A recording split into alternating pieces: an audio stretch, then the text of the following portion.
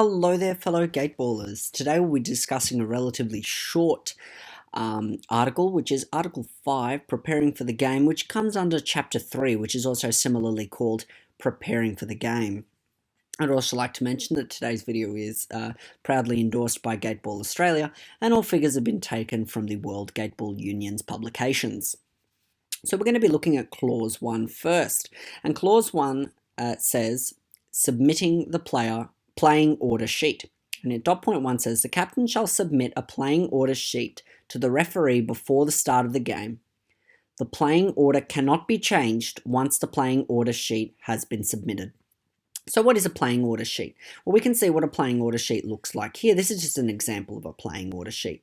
And we can see that there's name for the team name to be written, a place for the names of your teammates to be written in, and depending on the order, should be playing the red team, the odd numbers are here, and the white team, the even numbers are here. Whether you write them in here and you win or lose the toss and choose to follow or lead, should you win the toss, that is, it will not matter, as a playing order does not change. You could also see that there's room for 3 substitutes to be added here. And from memory, unfortunately I do not read Japanese kanji, that this is where you write the captain's name from memory, although it might be the manager. Either way, identifying on the sheet who the captain is also essential. And that is submitting the playing order sheet. The only other thing we're going to touch on is that this sheet must be given to the referee prior to play, and then obviously it cannot be changed. That's the only little extra little bit we'll add there. We'll move straight on to Clause 2, and that's deciding who goes first.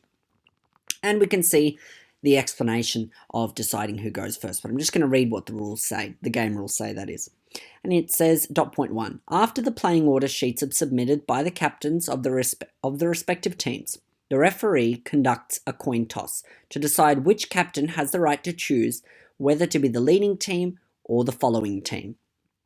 And it says the captain of the team that wins the right to choose whether to be the leading or the following team then chooses whether his or her team will be the leading or the following team.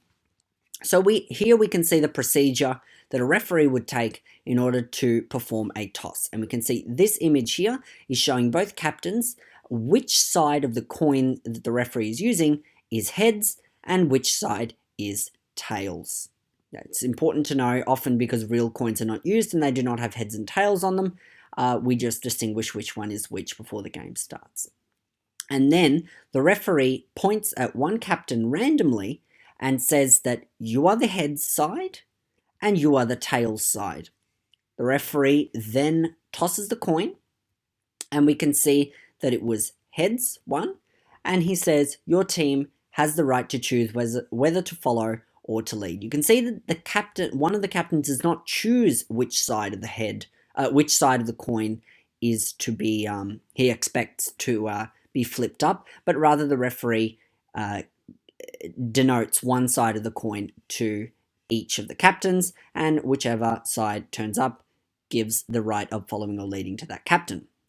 And we can see down here that this captain, although there's a little bit of an error in the Q&A book, which this is taken from, because this has a manager's armband, but we can see that he is a captain in this one, so we're just going to pretend that he's a captain, states that the captain who won would like to be the leading team, and then the following team has the right to choose their seating area. And we'll discuss the seating area a little bit later in the rules, but we did discuss it actually in Article 1, which was the court, in which the seating area is discussed. So should you lose the toss, you have the right to select which waiting area your team uses.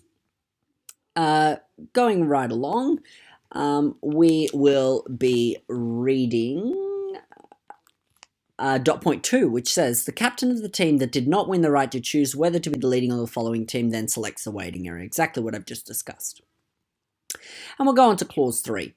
And Clause 3 says, prior to the start of the game, the manager and the players shall undergo a referee inspection confirming the following. And I have a picture of a referee's inspection. We can see that the 3 referees are here. We have a chief referee, we have an assistant referee to his left, and a recorder to his right. And we can see the players are all lined up for inspection. And the referee checks for two things: the contents of the playing order sheet and the playing order.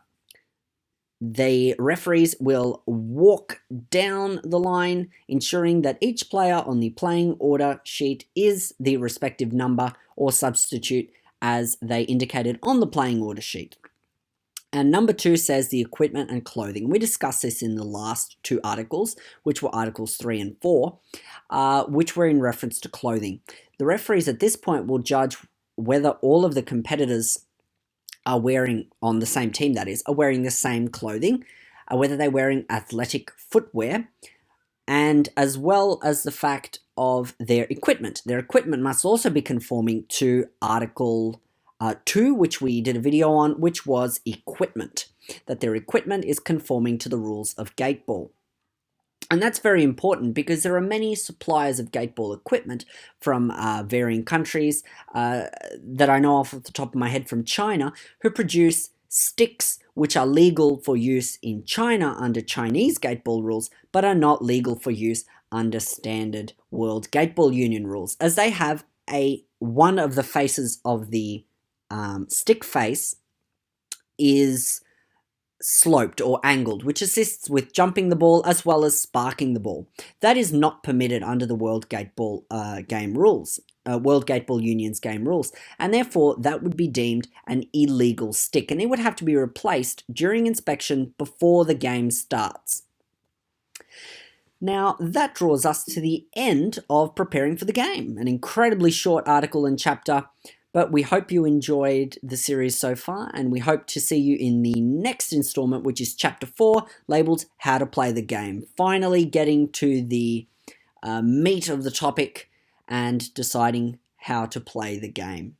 Hope to see you all soon on a quarter round Australia, and let's play ball.